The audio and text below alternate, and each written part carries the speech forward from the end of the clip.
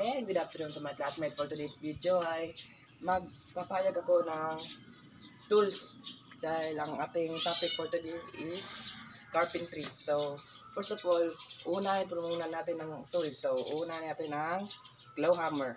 Claw hammer used for driving and pulling ang nails. So, meaning, kani siya, magamit yun siya, magdukdok kag kuan, langsang, and kung dili mo, kung usbon mo ang imong pagdukdok sa langsang, imo siyang anaon, imo siyang ikuan mo, ikapit nimo. So, the second thing the tools that we need are is push, pull, metros. So, in Tagalog or Bisaya, metros. Oh. So, mo ni siya atong purpose gina used for measuring long distance. So, as we can measure here, Sige. as we can measure in here, this is feet is 5 feet. So, as see then, is 5 feet. So, kita natin po yung mga kaibigan, mga ma'am and sir na 5 feet po ito. So, yeah. Ang gamit po sa push-pull roll o sa Bisaya ay metros. Ito po ay nagsusukat ng taas at lapad ng isang bagay na kailangan nating sukatin o kailangan nating sukatin. Basta mga pang tatlo ay kuan nga na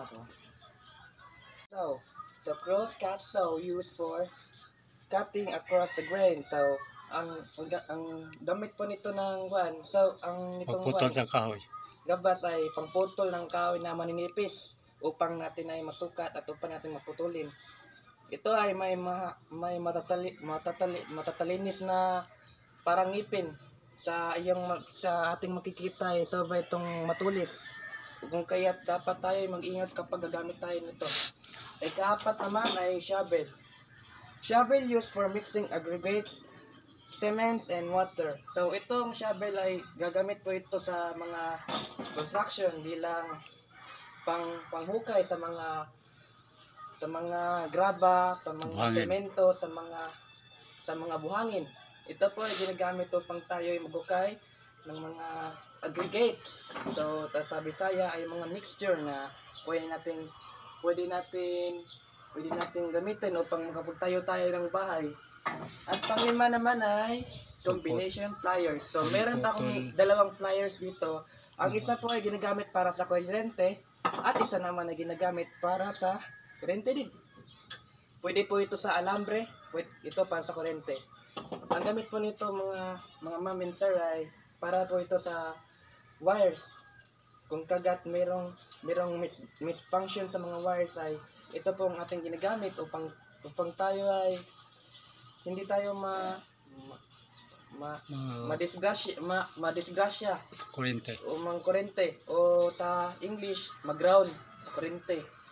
So that's all for the tools, and we're gonna go back to find some materials. I have 5 materials in there that is so common to find for making some house or make some aggregate. So the first thing that I need to describe is nails. Nails made of metal used for fastening woods. So moon siya ang partner sa martilyo. Ang gamitan ni imo ni siyang dukdukon nor kuan tapos sa kahoy. So mo ni siya kahoy. So the purpose of nail is to make the structures more specific strength or kanang lig-on siya ba mo na ang gamit ito taglangsa kay para mapantay o mapurma ang atong gibuhat. Kay kung wala ta magamit og langsang idayan rin nimo dili siya mapurma o dili siya maligon. Ikaduha, sand, fine gritty substance in shape and dessert. Look at this guys, mura mo ni gamit na mo pag last time mo kang nagmuhat big masa. So mo ni siya guys, ang gamit niya guys, pwede po ni siya maghimo kanang mixture nga gitawag natong aggregate. Aggregate is a mixture that kanang para atong itapak sa hollow block or sa kuan magbuhat og balay. Katulo guys, is cement. A powder substance which when mixed in water acts as blenders of aggregate. So binders isa guys, binder or aggregate. Pwede ta siya magbuhat o ganang kuan guys. Pwede ta magbuhat og mixture dire. Nga gitawag aggregate.